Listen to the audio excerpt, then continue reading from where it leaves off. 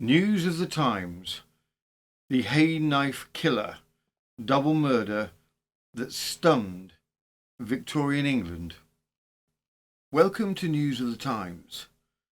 This is a story of murder in a quiet Somerset village, a farmhouse found splattered in blood, and a grandson caught in a web of conflicting testimonies, suspicious trousers, and an oddly damp coat.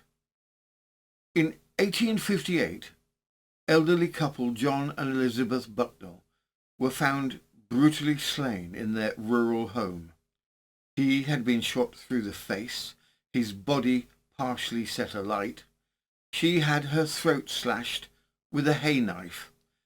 Their grandson, a lad who worked for them on occasion, claimed he had simply risen early to help his grandfather on their planned excursion to market. But the village had its doubts. Why was his coat wet? Why did his story keep changing? And what about the small matter of the money, the knife, and the objects, all found hidden away, wrapped in his own handkerchief? This is the murder case that gripped Somerset, and today we're going back to the inquest room, the cellars, and the pig house to piece together what really happened. And in today's end of episode further particulars story, a farmer, a Sunday, and a wheat field walk into a courtroom. What follows is a tale of damp crops, divine disapproval, and a mayor utterly unmoved by clover. So, draw close as we step back into a time when suspicion clung to every damp coat and justice was measured in handkerchiefs, hay knives, and hushed whispers across the village lanes. This was no ordinary murder. This was a case that shook Somerset to its roots, a tale of betrayal, desperation, and the high price of truth in Victorian England. Let the reckoning begin. The year is 1858, and we find ourselves in the sleepy Somerset village of Tustto, nestled in a fold of the Mendip Hills, a place of hedgerows, stone cottages, and slow turning seasons. The village lies in the shadow of St. Michael's Church, its weathered tower rising above the misty fields like a quiet sentinel. Life here moves with the rhythm of the land. Dawns heavy with dew, lanes churned by cartwheels and hooves, and the smell of earth and livestock carried on the wind. Farming is the lifeblood of Tustto, and the people are hardy, shaped by soil, Sabbath, and silence. News spreads slowly, but suspicion does not. And it is here, in this quiet corner of Victorian England, beneath a sky heavy with harvest weather, that a crime unfolds, so brutal, so intimate, it shakes the stillness to its roots. From the Bridgewater Mercury, the 21st of April, 1858, horrible murders and apprehension of the supposed murderer. One of the most appalling crimes we have ever had to record was perpetrated at St. Michael on Wednesday morning, the unfortunate victims being an old man and woman named Bucknall, both aged upwards of 70 years.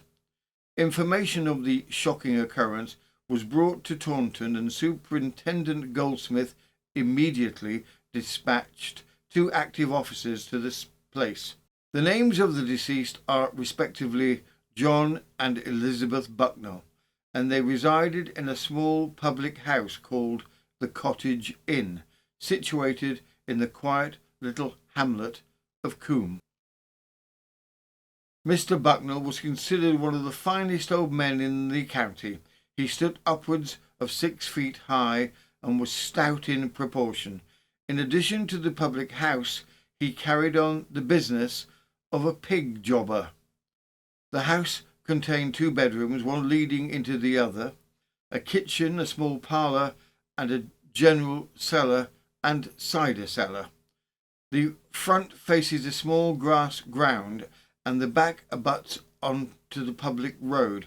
At one end of the house is the cider cellar, the door of which opens near a gate, through which parties have to pass to get to the front. The old people lived alone, employing an intelligent little girl named Ellen Jones, 12 years of age, as a servant, but who only had her meals with them and went to her own house to sleep every evening at about 8 o'clock. They had a son named John Bucknell, a farm labourer, who resides at Edinburgh, about 3/4 of a mile from the cottage inn. The son, John Bucknell, also has 2 sons, one of which is now in custody on suspicion of having committed the murders, and the son's name is John Baker Bucknell. He is about 20 years of age and stands about 5 feet 8. The old people brought up this grandson, and he lived with them until he was taken up for burglariously breaking into a neighbour's house and stealing therefrom a silver watch. He was tried and sentenced to 12 months' imprisonment in Taunton jail. His sentence expired in February last, and since that time he has been idling about, but occasionally doing small jobs for his grandfather.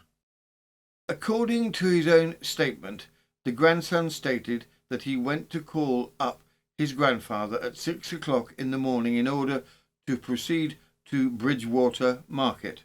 He knocked at the front door, and where he knocked and called he could not make anyone hear.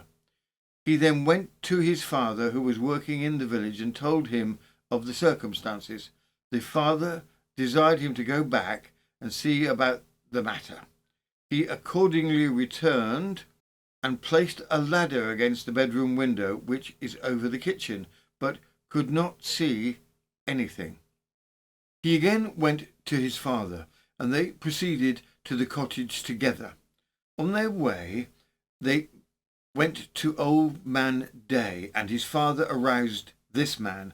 When they got to the house, he climbed over the back wall and was able to force open the front door.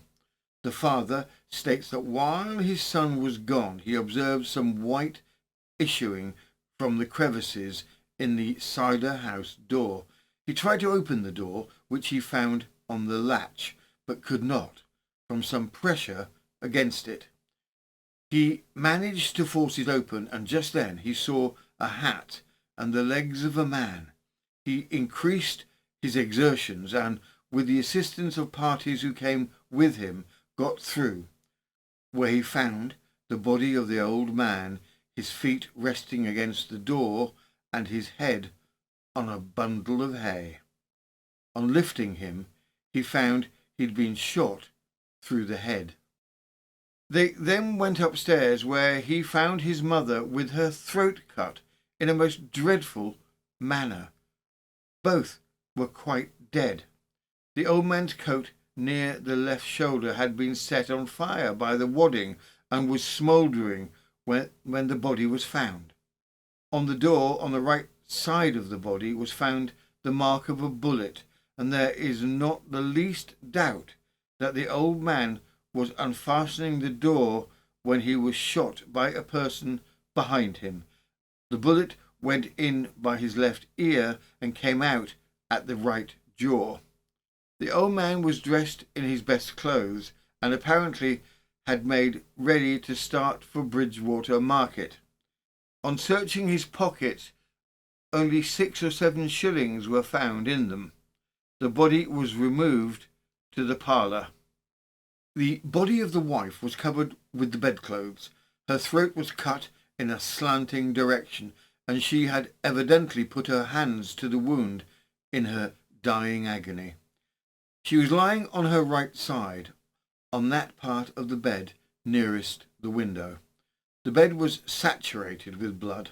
but there was none on the curtains or any part of the room. The candlestick had been knocked off the chair by the murderer and was found under the bed of the deceased. There were 2 large boxes in the room, both of which were open, the keys being in them. In one was 2 silver spoons, but there was no money in either. The servant stated that the old woman kept the keys of the boxes in her pocket, which she generally placed under her pillow. Search was made for the instruments by which the deceased had been killed, and in the parlour was found a gun, which Major Headley examined and found it had been recently discharged. The grandson said his grandfather generally kept it loaded, but he, the grandson, had discharged it on the previous Wednesday. Search was then made for the bullet amongst the hay by the cellar door, but in vain. On the arrival of Superintendent Goldsmith, he interrogated the grandson, and the answers he gave led Mr. Goldsmith to take him upstairs and search him. On his coat being taken off, some spots of blood were found on the right sleeve and on the lining of the back, as if a bloody knife had been wiped in it. The prisoner said those spots were red paint. In his pockets were found some loose silver, and on Mr. Goldsmith asking him if there was anything else, he replied that there was his knife, and if he had not got it about his person, he must have left it in his bedroom. It could not, however, be found. Mr. Goldsmith then ordered him into custody on suspicion of being the murderer. It would appear that the night before the murder was committed, a Mr. Froome and another person were at the cottage. The prisoner was also present. In the course of conversation, the subject of purchasing pigs was introduced, when the old man said, "I suppose you think I've not the money to pay for them, but I've got £40, approximately £6,500 in 2025. The prisoner, the grandson, went away a little before 8 o'clock, and when the servant girl went home, she left her mistress in the kitchen and her master standing by the gate. It is stated that the prisoner was told by his grandfather to call him early in the morning so that they might go to the market. When he went away a little before 8, the servant heard him say, "I'm going to Mr. Day's and shall be back again." It is a curious fact that although there are several houses in the immediate vicinity, no one heard directly the report of the gun. The prisoner was brought to Taunton in safe custody in a vehicle at about 8 o'clock at night. He will be examined before the magistrates this day, Saturday. A large number of persons from Taunton and Bridgewater, etc., have gone to the spot where the murders took place. The following day, a party of 8 policemen, accompanied by Superintendent Goldsmith and Sergeant Judd, proceeded at 7:30 from Taunton to the scene of the murder. They immediately renewed their search. Some began to clear out the cellar and sift the dirt on the floor, while the rest searched some stuff at the back of the house, but again their efforts were fruitless. Their attention was next directed to a rick of straw lying to the left of the gate by the cider house door. The men began to pull the straw gently down, when one of them, acting Sergeant Grey, pushed into the rick and immediately felt some hard substance. This he pulled out, and it proved to be a hay knife. About 18 inches in length, it had evidently been recently washed, but there was a stain or a splash of blood upon the back of it. They proceeded to search the rick further, when on a sudden PC 185 saw something lying on the ground, which on picking up he found to be a glove stained with blood, and inside of which was wrapped up 14 shillings and sixpence in silver, approximate value today of £150.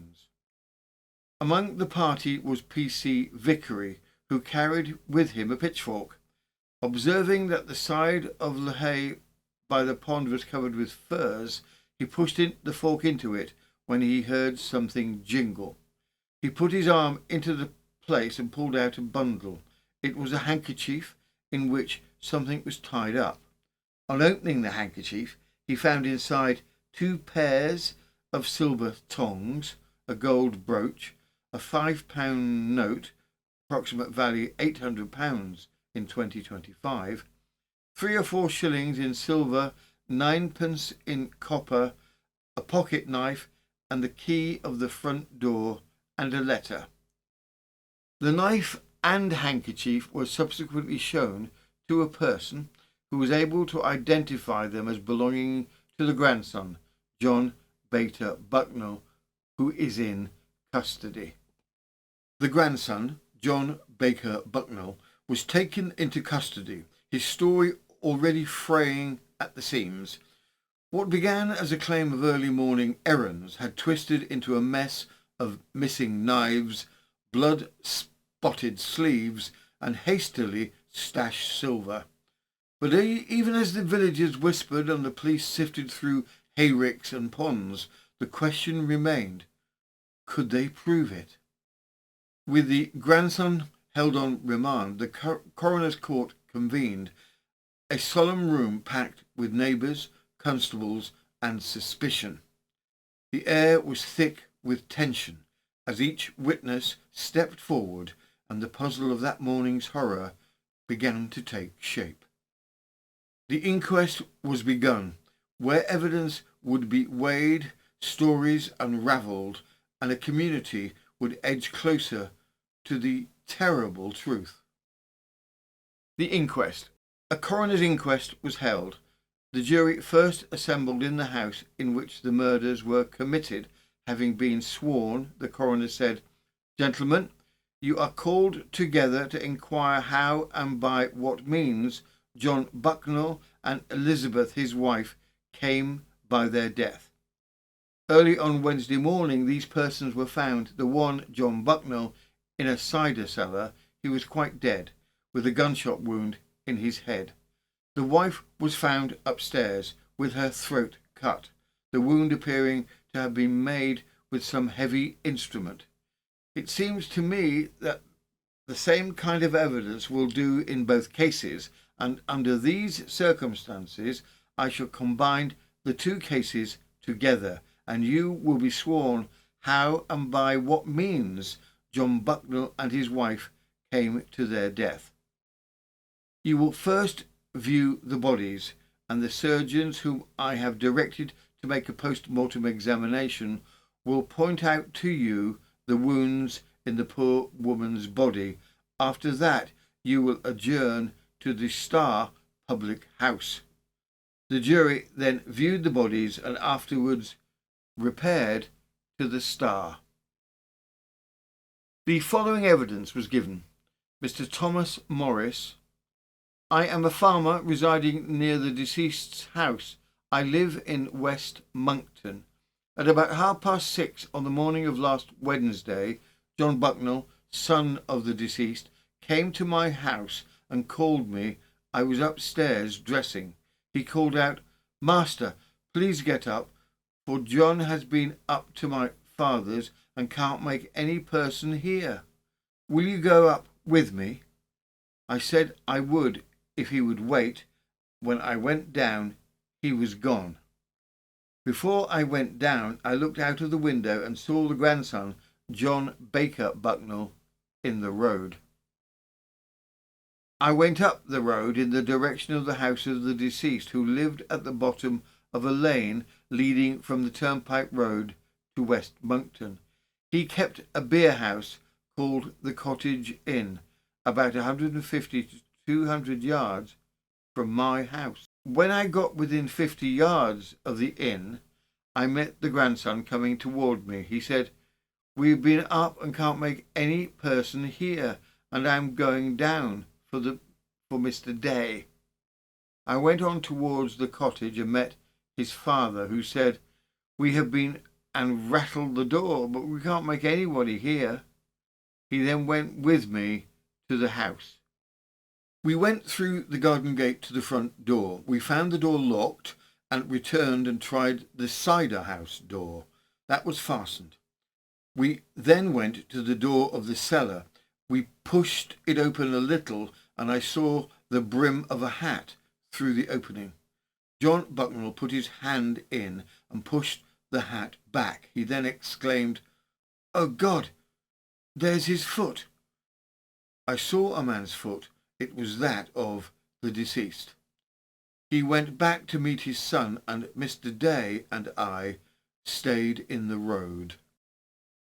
About a minute after he was gone, I looked up and saw smoke issuing from the tiles of the cellar in which I had seen the foot. I called after them and immediately saw John Bucknell, the grandson, and Day coming round the corner. I told them the house was on fire. I got an iron bar and tried to unhang the cellar door. John Bucknell tried with me. We could not unhang it, and he pushed it open and got in. When we got in, he said, "Good God, he's dead and all on fire." I said, "We must get in." I got the iron bar and forced open the cider house door at the corner of the wall. At that moment, the grandson jumped up on the roof to get over. When I got in, the first thing I saw in the cellar was the deceased lying dead on his back, close to the door of the back cellar. The right sleeve of his jacket was burning. There was also some hay under him smouldering. He was quite dead. I asked for some water, and the grandson handed a bucket to me. "John," the father said, "let's go up and see where Mother is." He went first, and I followed. When we got to the top of the stairs, he went to the bed, pulled back the clothes, and exclaimed, "Lord, Lord, her throat is cut." She was lying on her right side with her hand up to her head. I could see her face and the cut on her cheek before we drew back the clothes. We looked around and I saw two boxes open. One was on the left side of the room near the door and the other under the window. All the linen was strewed about the floor. There were some things in the boxes. I can't say whether there was any blood upon the linen. There was a bunch of keys hanging to the lock of one of the boxes. There was a quantity of blood on the bed. Blood was clotted all around her face. I did not touch either of the bodies. The grandson came back in about 5 minutes after I'd sent him for my boy. After an hour afterwards, I saw a gun in the house. I have seen it in the deceased's hands. I have seen a gun that was kept in a corner of the little parlour. It was such a gun as the one produced. The gun I saw that morning was in the same corner. I examined the main door about an hour after I was in, and there was a key by it, and it was locked. William Reed said, "I live at Coombe in the parish of Creech. I am a labourer. My house is about 200 or 300 yards from the cottage of the deceased. I know the grandson. I saw him last Monday when we had a conversation about gunpowder. That was about 1:15 in the house of the deceased. I had some cider and was going to light my pipe with some touch, such as we use in blasting rocks. He asked what it was made of, and I told him it could be made with powder. He asked what powder. I said rock powder. He asked if a gun could be fired with it, and I said yes, but it must be pounded. He asked if it would make such a report or a noise as gunpowder. I said I did not think it would, because it was not so strong. Then he asked me if I would give him some to give to Miss Morris's chickens that had the pip. I said I would. I went home and he followed me, and I let him have some powder. I poured it out of a teacup into an envelope which he took out of his pocket. I suppose I let him have a couple of thimblefuls, which he said was enough. He said he was going to use it for a dozen chickens. I said he had better have some more, and threw him a little more in. He fastened the envelope and went away. The quantity of powder I gave him was sufficient to load a gun twice. I spoke to my wife about the report of the gun. James Thorne, a carpenter living just 50 yards from the cottage inn, testified that around 5:30 on the morning of the murder he heard what sounded like a door rumbling from the direction of Bucknall's home. Checking the time, he noted it was just before 6. Not long after, he saw the grandson, John Baker Bucknell, near the property, claiming he couldn't rouse his grandparents and intended to fetch the maid. Thorne also recalled an earlier visit from the grandson the week before the murders, during which they drank cider together. The younger Bucknell had spoken of a drunken trip to Bridgewater that had angered his grandfather, a sign perhaps of growing tension within the household. Mr. Richard William Strong said, "I'm a surgeon residing at Thurloxton. I live about a quarter of a mile from the cottage inn.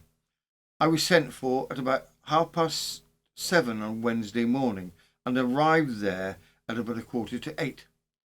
I was shown into the cider cellar where the deceased man was lying near the door.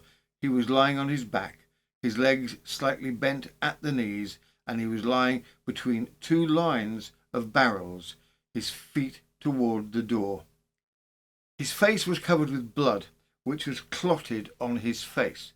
The body was warm and the fingers flexible. He could not have been dead more than 2 or 3 hours. I saw on the left side of his face, near the lower part of the nose, a jagged wound. On my putting my finger in it, I felt the bone beneath was fractured. My attention was drawn to an indented mark on the inside of the door, which had been unhung. I believe it to be a bullet mark. I observed that the coat was entirely burnt off the right shoulder, and the skin much burnt. I then left the body and went upstairs, where I saw the body of a woman. She was lying in bed on her side. Her night clothes were on, and a handkerchief was around her neck. There was a great deal of blood in the bed. I observed a very deep wound on the left cheek, which appeared to me to extend down to the jawbone. The right arm was bent, and the hand clutched and lying against the left cheekbone. On the right hand was a deep cut between the middle and ring finger. On stooping over, I saw a cut in the throat, exposing the upper part of the windpipe. It was a large, gaping cut. On pressing the windpipe, a quantity of dark-coloured, clotted blood escaped into the bed. The body was warm, and the fingers flexible. She could not have been dead more than 2 or 3 hours. I returned to the cellar, where the body of the man was lying, and I got 2 men to lift him up. I observed a good deal of blood at the back of the head and neck, and a wound upon the right side of the back of the neck, into which I put my finger and felt that a portion of the vertebrae of the neck was injured. It appeared to be a lacerated wound. The edges were turning in and had a burst appearance. It was a gunshot wound. This wound was larger than the one by the nose. I directed the body to be removed, and I saw 4 men carry the body to the room where it is now lying. When the body was lifted up, I saw 2 shillings on the hay. I think there must have been flames to have produced the appearance on the clothes. Mr. Cornish and myself made a post-mortem examination of both parties yesterday and today by your order. The post-mortem report revealed the full horror of what had taken place. John Bucknell, described as a robust elderly man, had suffered catastrophic injuries. He'd been shot through the face at close range, the bullet entering his left cheek and exiting through the back of his neck, fracturing 2 vertebrae and splintering his spinal cord. His clothing and shoulder were partly burned, likely from a gun's wadding. His death, though violent, would have been very swift. Elizabeth Bucknell's injuries painted a more desperate scene. Found in bed, her hands clenched as if in her final struggle, she had been savagely attacked. Her throat was cut twice, once across the jugular and again through the windpipe and gullet, a deep, deliberate slashing made with a hay knife. A defensive wound to her hand suggested she had tried to fend off the blow. A brutal head wound with a depressed skull fracture and bleeding on the brain added to the catalogue of violence she endured. The verdict was undeniable. Both deaths were the results of extreme, deliberate violence, and neither had stood a chance. The hay knife was here introduced. It was a large instrument, about 18 inches long. From the position of the wound and the bullet mark on the door, the deceased man seems to have been standing near the door, slightly stooping, with his left side leaning toward the door. I think it impossible that the wounds on either of the bodies could have been self-inflicted. Those on the female must have been inflicted with a heavy instrument. The hay knife that has been produced might have inflicted the injuries. Neither a knife nor a razor could have inflicted all the wounds found on the body. I think it possible that a person using such an instrument as the hay knife in inflicting the injuries might not have received stains of blood upon his hands. The marks upon the hay knife look like blood. I can't say it is blood. Acting Sergeant Abraham Gray next described searching the straw rick some 40 yards from the cottage inn, uncovered what would become a crucial piece of evidence, a hay knife buried deep, arm's length, into the straw. The blade bore dark stains resembling dried blood.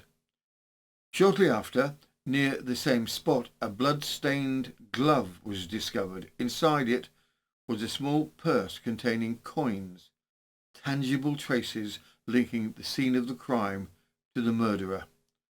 A witness later confirmed having seen a near identical hay knife on the Bucknall property months before, noting its distinctive handle. As for the gun found inside the house, that too was identified as belonging to young John Bucknall himself. Together, these finds began tightening the net, with both murder weapons now located and both seemingly tied to the home of the victims. P.C. Vickery deposed. I am a constable stationed at West Monkton.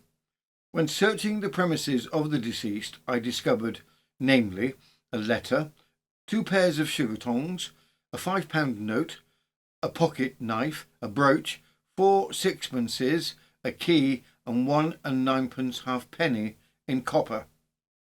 The whole was wrapped up in the handkerchief produced. The parcel was in a faggot rick, put with other faggots so as to form one side of the sty. The parcel was about 20 yards from the cottage and 15 from the pigsty. This key belongs to the front door. I have tried it. 2 more witnesses helped solidify the damning connection. Samuel Baker, a local labourer, testified that he had seen the distinctive pocket knife in young John Bucknall's hand the night before the murders. Bucknall had been casually trimming his nails with it at the cottage inn. The knife was unmistakable, one blade broken, the marking plate missing. Then came young Ellen Jones, the 12-year-old maid. She confirmed that the handkerchief, the one found tied around the stolen silver banknotes and the front door key belonged to Bucknall. She'd seen him use it often and even recognised its pattern from helping the washerwoman to clean it. Together, the knife and the handkerchief, both found hidden on the property, became central threads in the net tightening around the grandson. Mr. Superintendent Goldsmith said, I reside at Taunton, and on the 14th inst, from information I received, I went to the Cottage Inn between 11 and 12 o'clock. I there saw John Baker Bucknell, and I asked him to describe as nearly as possible where he found the bodies when he went in and what he thought was the cause of death. He went through the house in front of me to the back cellar and pointed out where one body had been. He said, here is where grandfather was shot. He inclined back, showing that his grandfather fell back. I asked him what he thought his grandfather was shot with. He said, come this way, and I will show you, sir. I followed him through the cellars into the little rooms where the grandfather was lying, and he went to the corner and took up the gun and produced, saying, this is the gun. I examined it and thought that it had been recently discharged. I asked him who had been in the habit of using it. He said, no one, as I know, but me, but I have not fired it off since last Wednesday.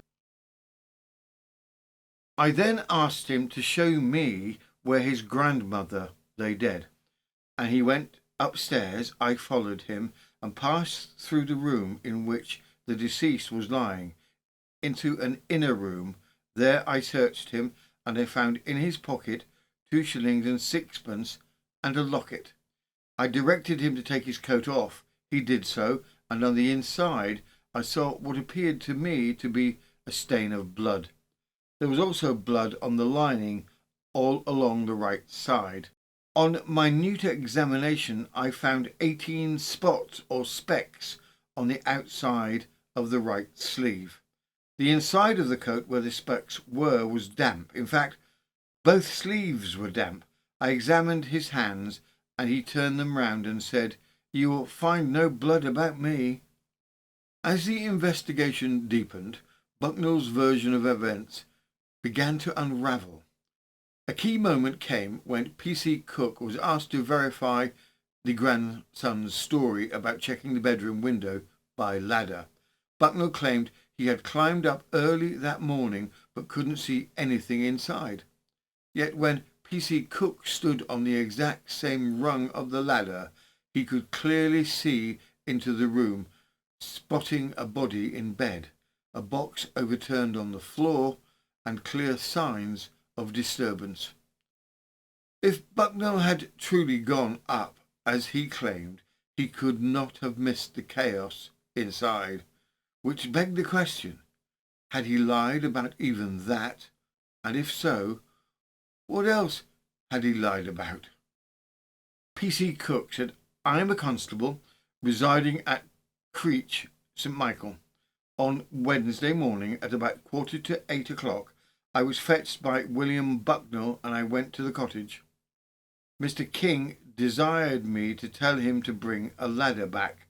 The grandson brought it, and Mr. King said, now, John, you put the ladder in the same position as it was before, and he placed the ladder against the right-hand side of the window where the woman was lying dead. Mr. King then asked me to go up and see what he could see in the room. Standing on the same rung as he had when he had previously gone up, he did so, and I said, I can't see anything but the glass in the window and the chamber utensil at the bed's foot. When he came down, I went up and stood about the same rung and looked through, and I could see someone lying in bed, a box on the floor, and the corner of another box near the window.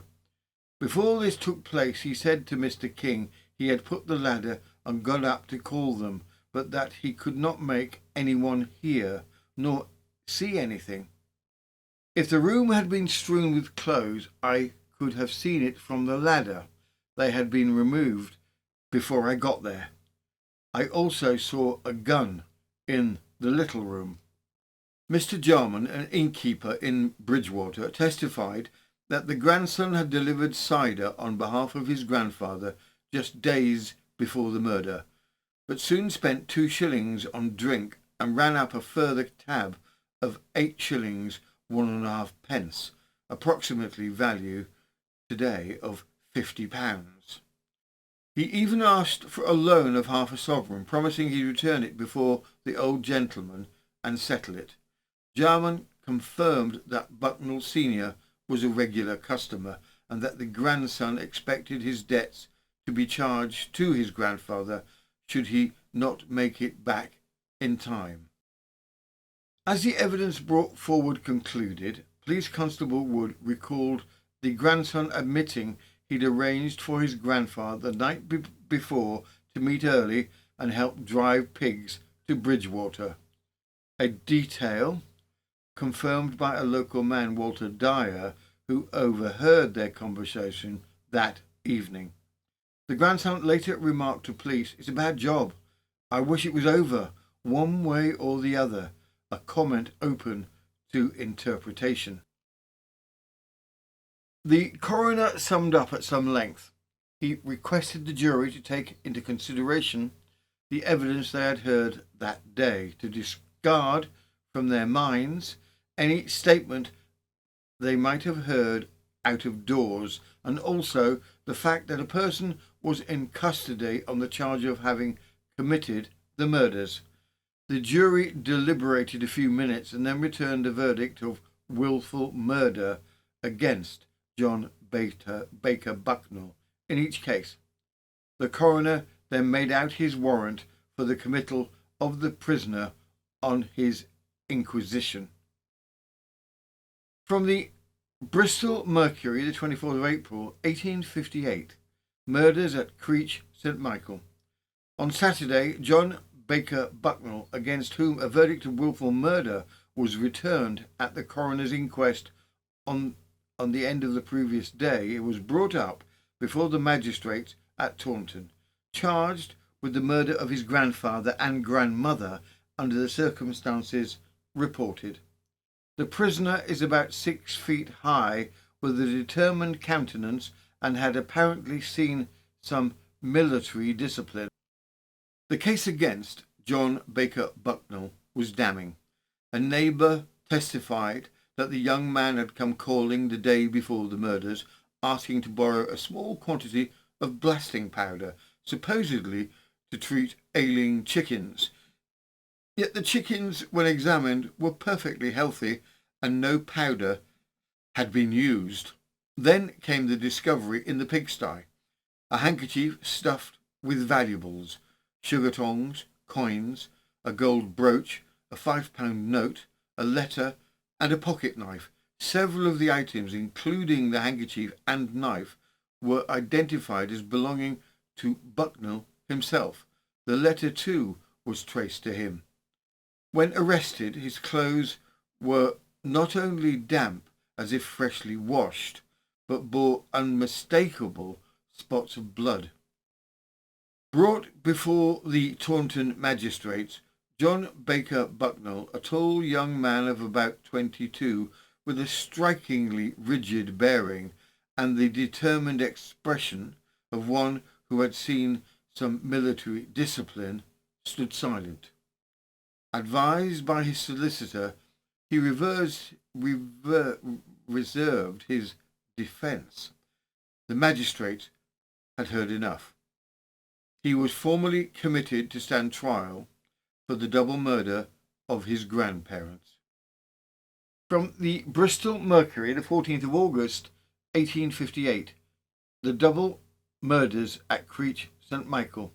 John Baker Bucknell, a young man of 20 years of age, was charged with the wilful murder of John Bucknell and Betsy Bucknell, the prisoner's grandfather and grandmother, at Creech, St. Michael on the 14th of April last. He pleaded not guilty in a firm voice. Mr. Coleridge stated the case in a forcible but impartial manner, pointing out the chief facts in the evidence as they will be found recorded, and appealing to the jury to do their duty, however painful it might be to their feelings. Witness Farmer Thomas Morris recalled being woken by the prisoner's father. The grandson was seen in the lane, claiming he'd tried to rouse his grandparents. On reaching the cottage, Morris spotted a man's foot in the cellar and rising smoke. John Bucknell was found inside, dead and smouldering. The grandson helped put out the fire and was sent to fetch the police. Upstairs, Betsy Bucknell was found with her throat cut and belongings scattered. Morris remembered the grandson asking oddly, "I wonder where the key is," even though the door showed no sign of forced entry. Elizabeth Morris testified that the grandson returned to their home, reporting that his grandfather was dead and burning. Asked about his grandmother, he claimed not to know. When pressed on whether he had looked through the window, he said a glass was in the way, a detail that would later contradict evidence about the clear view into the disordered room. Medical evidence repeated earlier findings. John Bucknell had been shot in the neck and partially burned. Elizabeth Bucknell had suffered multiple slashing wounds, including a fractured skull and a severed windpipe, likely caused by a hay knife. Blood traces were found on the accused's clothes and the suspected weapon. Neighbouring witnesses bolstered the circumstantial case. Bucknell had known about his grandfather's hidden £40, had handled change from a £5 note, and had been present during relevant conversations. Together, their accounts reinforced both motive and means. The final prosecution evidence cemented these points. The murder weapon seen in Bucknell's hands the night before, a hay knife traced back to the cottage, valuables wrapped in a handkerchief linked to both victim and the accused, gunpowder and a discharged firearm matching the injuries. Inconsistencies in the grandson's account, especially his statement about using the ladder and his unusual conduct at the scene, were noted by multiple constables. Blood spattered clothing and stolen items hidden in the pigsty completed a compelling case. Although some testimony suggested affections between the accused and his grandparents, the weight of evidence left the jury little room for doubt. The defence.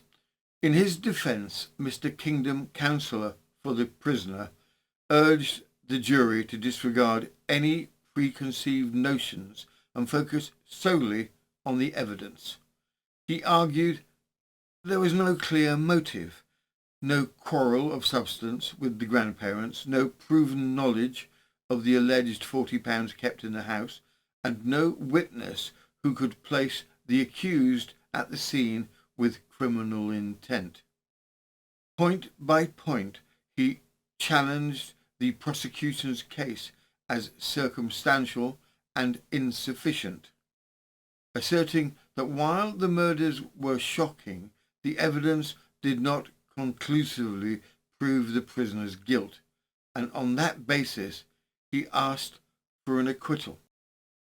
The jury retired to consider their verdict, and in about a quarter of an hour came into court and pronounced the prisoner guilty. His lordship then passed sentence of death, holding out no hope of mercy. The prisoner, who had manifested great indifference throughout the trial, left the dock smiling. From the Bridport News, the 28th of August, 1858, the execution of Bucknell at Taunton. John Baker Bucknell of Creech St. Michael was executed on Tuesday morning by the common hangman Calcraft on the drop over the county jail entrance. The crime for which this youth, he was only 21, suffered was such an atrocious character and so deep a dye that even the advocates for the abolition of death punishments admitted that if ever the law ought to be allowed to take its course, it was in this case, on the unnatural and foul murder of his aged grandfather and grandmother. At 8 o'clock, telling that the sands of his life were fast running out, a procession was formed, and the culprit walked with great firmness up to the first landing place, where Calcraft met him and strapped his arms tightly behind him. He closed his eyes whilst this was being done, and then again started on his passage into another world. Preceded and closely followed by warders, he mounted the scaffold without assistance, and Calcraft, having drawn a white cap over his face, this miserable youth stood before the eyes of some 5,000 or 6,000 persons, one of the most piteous, helpless, and affecting spectacles that can be imagined. As this youth stood up on the threshold of his grave, his features covered with the hideous white cap, the rope around his neck, his tall form standing out in bold relief against the blue sky, his arms so tightly drawn back that his slim form looked thinner than ever, and gave one the impression of the most abject object that could wear the impression of humanity. A low wail of agony and commiseration broke from the crowd, and we heard more than one apparently fevered prayer offering that the sad scene might be a warning to many. At the last moment the chaplain asked him if he had anything more to say. He replied, nothing. During the fearful interval between the leaving of the criminal and the last act of the executioner, he trembled violently, his legs shaking under him, and his hands moving visibly to those beneath. He fell a considerable height, and being very long-necked, died immediately without a single struggle. The culprit made no confession beyond remarking to the chaplain that he did not blame the jury, that they found their verdict on the evidence and he had no one to blame. When he was urged to confess, he simply said he did not see that he was called on, but if anyone else had been charged with the offence, he might have confessed. And so the hay knife, that quiet tool of farm and field, was transformed into a weapon of nightmarish notoriety. In the soft green heart of Somerset, the trust between generations lay shattered, and all England read the tale in horror. Further particulars. And now, from a murderous Bucknall to a moral outrage in Bucknall. In 1858, Mr. Enoch Brown found himself dragged before the courts for a crime so grave, so disruptive to public order, that no amount of clover or common sense could save him. What was his offence? Was it theft, violence, a misdeed of national consequence? No, he harvested wheat on a Sunday. Yes, in full view of the Lord, the constabulary, and a deeply offended mayor, Mr. Brown and his band of unrepentant farmhands dared to reap what rain had already flattened. Wheat was sprouting, clover was coming through, and the man had the gall to save the crop. A solicitor bravely argued that this was a work of necessity. The mayor, presumably with very dry trousers and no sympathy, disagreed. The fine, 5 shillings. The indignation, priceless. This, dear viewer, is Victorian England, where murder might provoke outrage, but Sunday wheat provocated action. From the Lloyd's Weekly newspaper, the 12th of September, 1858. Conviction for harvesting on a Sunday. At the Hanley Police Court on Monday, Mr. Enoch Brown, farmer of Bucknall, was charged with a breach of the Lord's Day Act by following his ordinary occupation on a Sunday, it being neither a work of necessity or charity. The evidence of a police officer shows that on the 22nd of August, Mr. Brown and several men were engaged in reaping a field of wheat on the farm of a neighbour, Mr. Brown. Mr. Amos, solicitor for the defendant, elicited in cross-examination that the wheat which the defendant was cutting had been beaten down by rain, that clover was growing through it, and that it was beginning to sprout. On these grounds, Mr. Amos contended that the defendant was engaged in a work of necessity. Mr. Ross, stipendiary magistrate, admitted the full force of this defence, but the mayor of Henley and two other gentlemen sitting with him took a different view of the case and fined the defendant 5 shillings and costs of 12 shillings to the total value of £125 in 2025. If you've enjoyed this tale of murder, mayhem and mysterious hay knives, do consider supporting the channel in any way you can, liking, subscribing or whispering about us in coffee shops like it's 1858 and we're contraband pamphlets. If that mystical hype button ever does appear, do give it a hearty press. It may help confuse the algorithm into realising we're not, in fact, a deeply dramatic farming show. All such acts of kindness help thwart the whims of the YouTube's great mechanical overlord and ensure more historical oddities reach fellow time-travelling enthusiasts like yourself.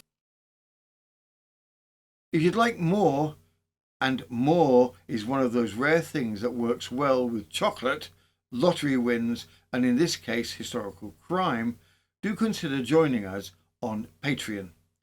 There you'll find over 750 ad-free episodes neatly curated by subject, era, and with daily drops of fresh intrigue to accompany your morning tea, walk, or mild existential crisis, all for the cost of a lukewarm coffee, but lasting considerably longer. You'll find us at News of the Times, Historical Crimes on patreon.com. We'd be thrilled to have you with us. This has been News of the Times, and I am Robin Coles, wished-for Victorian innkeeper, post-mortem hay-knife analyst, and part-time pigsty inventory specialist. Until next time, do make sure all those suspiciously murderous garden tools are safely locked away.